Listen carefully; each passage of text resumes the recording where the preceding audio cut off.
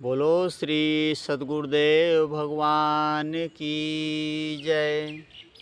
बोलो श्री नंगली बिहारी भगवान की जय। देखिए, ज्ञानियों ने कहा, क्षर माया को कहत हैं अक्षर श्वासा जान, निह अक्षर है आत्मा ताही से मन आन। संसार जो दिखाई दे रहा है ये क्षर है। क्षर मतलब उपजता है और नष्ट हो जाता है। जो नाश होने वाली चीज़ें हैं उसे क्षर कहा गया है।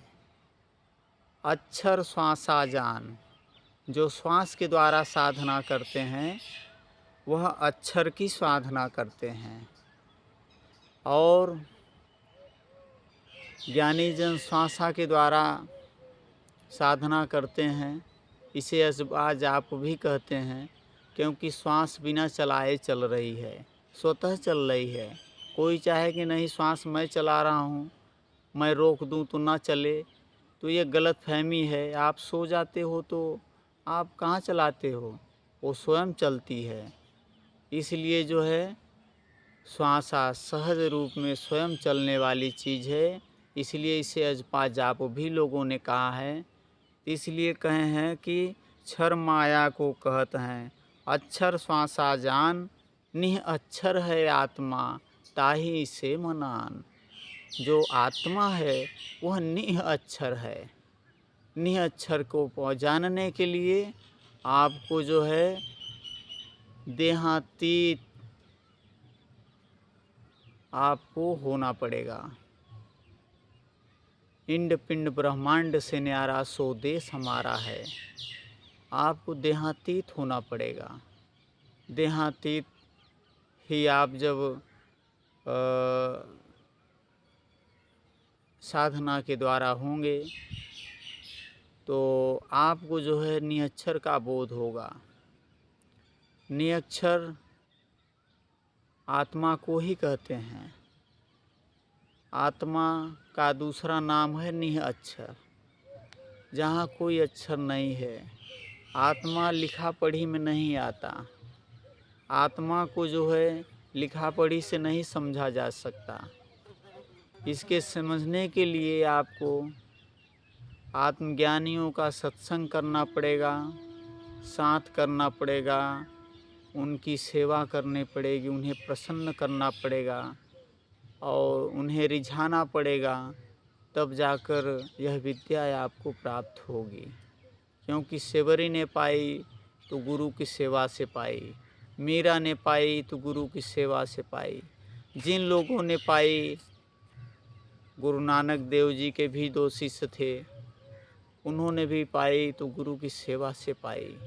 जितने भी लोगों ने पाया, अमरदास जी ने पाया, गुरु की सेवा से पाया। अंगद देव जी ने पाया, गुरु की सेवा से पाया। तो बिना गुरु की सेवा से आज तक यह विद्या कोई प्राप्त नहीं कर पाया। देश में बहुत पुस्तकालय हैं बहुत सी बड़ी बड़ी महान महान पुस्तकें हैं। अगर उनसे मिलती तो आज बहुत लोग माला माल हो गए होते। लेकिन इसीलिए रामचरितमानस कहती है कि गुरु बिन भवनिधि तरहि न कोई, जो विरंचि शंकर सम होई। कह रहे हैं कि शंकर भगवान के समान भी कोई इस पृथ्वी पर आ जाए तो बिना गुरु के उनको भी ये विद्या प्राप्त नहीं होगी। कह रहे हैं राम कृष्ण से कौन बड़ा, तीनहु तो गुरु कीन्ह, तीन लोक के वेधनी, गुरु आगे आधीन। रामचंद्र जी आए तो वशिष्ठ जी महाराज को गुरु धारण किए, कृष्ण जी आए तो संदीपन महाराज को गुरु धारण किए। यह विद्या गुरु से ही प्राप्त होती है, क्योंकि यह विद्या लिखा पढ़ी में आपको कहीं नहीं मिलेगी। लिखने को लोग बहुत कुछ लिख दें और पढ़ने को लोग बहुत कुछ पढ़ लें, लेकिन वह चीज़ उन्हें प्राप्त नहीं होगा जो उनको साधना से, संतों की सिखाई हुई साधना से प्राप्त होती है। तो हमारे गुरुजी अपने सामने बैठा कर साधना कराते थे, सिखाते थे। तो इसलिए जो है साथ जरूरी है। कहें जिन जैसी संगत करी तिन तैसो फल लीन। तो इसलिए निअक्षर आत्मा है, कह रहे हैं क्षर ने सारा जग भर माया, निअक्षर को जान न पाया। क्षर में ही आज सारा जगत भरमाया हुआ है, फंसा हुआ है और निअक्षर को जान नहीं पा रहा है। इसीलिए ज्ञानियों ने कहा भैया ये गुप्त है, गुप्त मत है, इसको बिना जानकार के, बिना तत्वदर्शी के आपको ये जानना संभव है। और तत्वदर्शी महापुरुष इस पृथ्वी पर बहुत दुर्लभ हैं।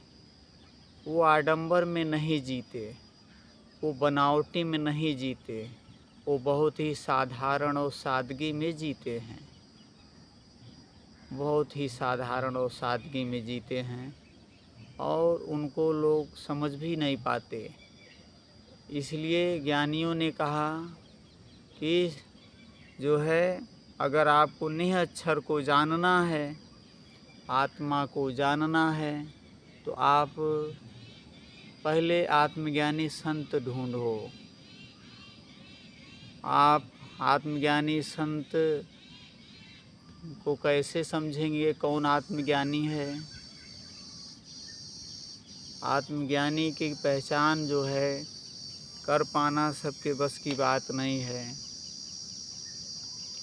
आत्मज्ञानी संत जो है बड़े ही सरल और साधारण और आडंबर रहित होते हैं।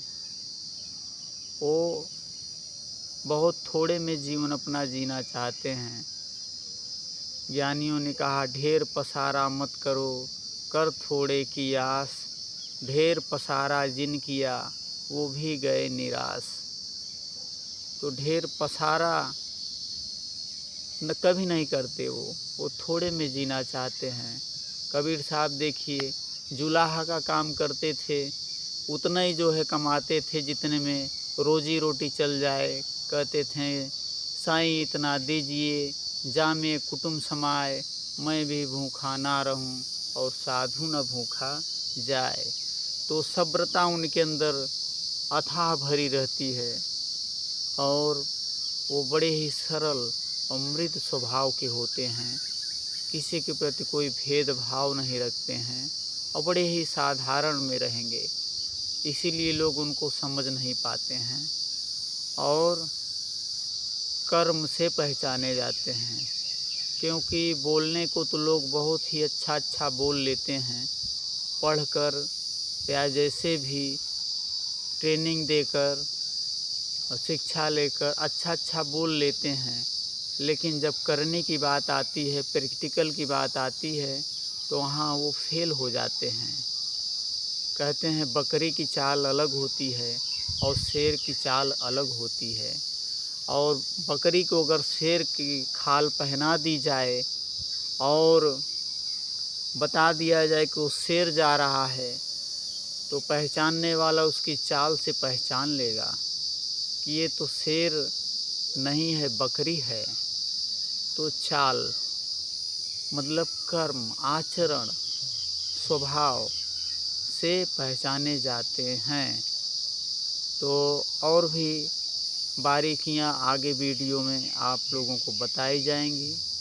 अगर हमारा ये चैनल आप लोगों को अच्छा लग रहा है तो आप लोगों से निवेदन है कि इस चैनल को आप लोग सब्सक्राइब करिए, लाइक करिए, शेयर करिए, जिससे हमारे गुरु महाराज जी का ज्ञान और लोगों तक पहुंच सके।